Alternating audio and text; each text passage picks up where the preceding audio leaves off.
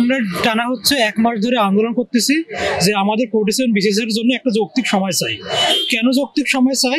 কারণ বিসিএস পরীক্ষা 1200 মার্কের সিলেবাস। এই 1200 মার্কের সিলেবাসের জন্য মিনিমাম বলতে একটা সময় লাগে 4 থেকে 6 মাস। আর এই সময়টা শুধু আমরাই না, এর আগে যতগুলো বিসিএস হয়ে গেছে অলরেডি, মানে বিসিএস এর ইতিহাসে এত 40 থেকে 45 দিন সময় কখনো দেওয়া হয়নি, কিন্তু এবার আমাদের সময় দেওয়া হয়েছে 40 থেকে 45 দিন। আবার এর মধ্যে আবার 49 একটা বিসিএস নিয়েছে, পিএসসি চেয়ারম্যান আর কি নেওয়া হয়েছে। কিন্তু আমরা এ পর্যন্ত যে আমরা চাচ্ছি যেন আমাদের পরীক্ষাটা আপাতত স্থগিত করে আমাদের একটা যৌক্তিক সময় দেওয়া হোক, কারণ বিশাল হিউজ সিলেবাস, এই সিলেবাস শেষ করা আদৌ কারো পক্ষে সম্ভব না। শুধু উনি কেন, যিনি বর্তমানে পিএসসি চেয়ারম্যান বর্ষার মনিম, তাকে আমরা চ্যালেঞ্জ করলাম, ওনাকে 4 মাস সময় দেওয়া হলো, উনি যদি শেষ করতে পারে তাহলে ওনার যেটাই বলবে আমরা সেটাই মেনে নেব। ওনাকে আসলে বলতে চাই যে উনি 4 মাসে শেষ করুন, আমাদের 2 মাস সময় দিয়েছে, উনি 4 মাসে শেষ করুন। উনি যদি পারে তাহলে আমরা নিঃসন্দেহে আমরাও পারবো।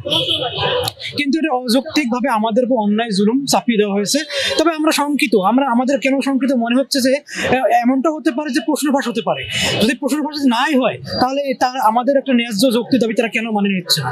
তবে আমরা এ পর্যন্ত এখনো শঙ্কিত যে আমাদের কাছে সবার কাছে মনে হচ্ছে এখন যে প্রশ্ন ফাঁস হতে পারে, না হলে আমাদের এই দাবিটি তারা মানতো না বা মেনে নিত।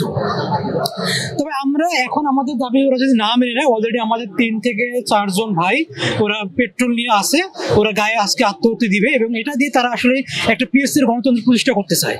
কারণ শুধু উনি যে আত্মহত্যা দেয় হয়তো ওনার ক্ষতিটা হয়ে যাবে, কিন্তু নেক্সট যারা আসবে তাদের একটা গণতন্ত্রের ধারা প্রচলিত থাকবে, যার ফলে আমরা এখনো এই পর্যন্ত আছি। তারপর আমরা এখনো কোন ধরনের বিশৃঙ্খলা সৃষ্টি করে আসলে আমরা শান্তিপূর্ণ অবস্থান করতেছি, এবং আমরা এখনো আছি। যদি হয়তো আমরা জেনে গেছি যে তাদের একটা মিটিং চলমান আছে, মানে উপদেষ্টাদের মিটিং চলমান আছে, তাদের কাছ থেকে একটা পজিটিভ রিভিউ চলে আসলে আমরা এখান থেকে চলে যাব।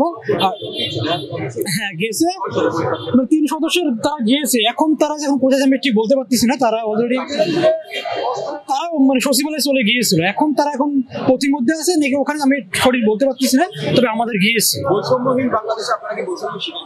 অবশ্যই বৈষম্যহীন বাংলাদেশে বৈষম্য শিকার, আমরা এখনোই বৈষম্যের শিকার দাঁড়িয়ে আছি। কারণ যে পিএসসি চেয়ারম্যান পিএসসি চেয়ারম্যানকে বসানো হয়েছে, তিনি আসলে আমরাই বসিয়েছি। আসলে ছাত্রদের রক্তের উপর বসিয়ে তিনি আসলে নিজেকে সবার সাথে মির্জাফরগরি করতেছে, যা আমরা এটা কখনোই মেনে নিব না। পরবর্তী পদক্ষেপ আমাদের দাবি মেনে নিলে আমরা এখান থেকে চলে যাব, আর না মেনলে আজকে শাহবাগের সামনে যেটা ব্লকআউট করে এবং সবার সামনে 3টা আমাদের পেট্রোল নিয়ে আসে, গায়ে পেট্রোল ধরে আত্মহত্যা করে।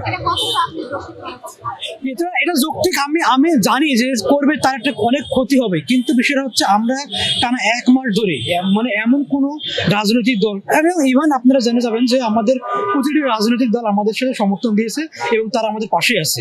এবং বিএনপির স্থায়ী কমিটির সদস্য সালাউদ্দিন আহমেদ স্যার, তিনিও আমাদের সাথে এসেছিলেন।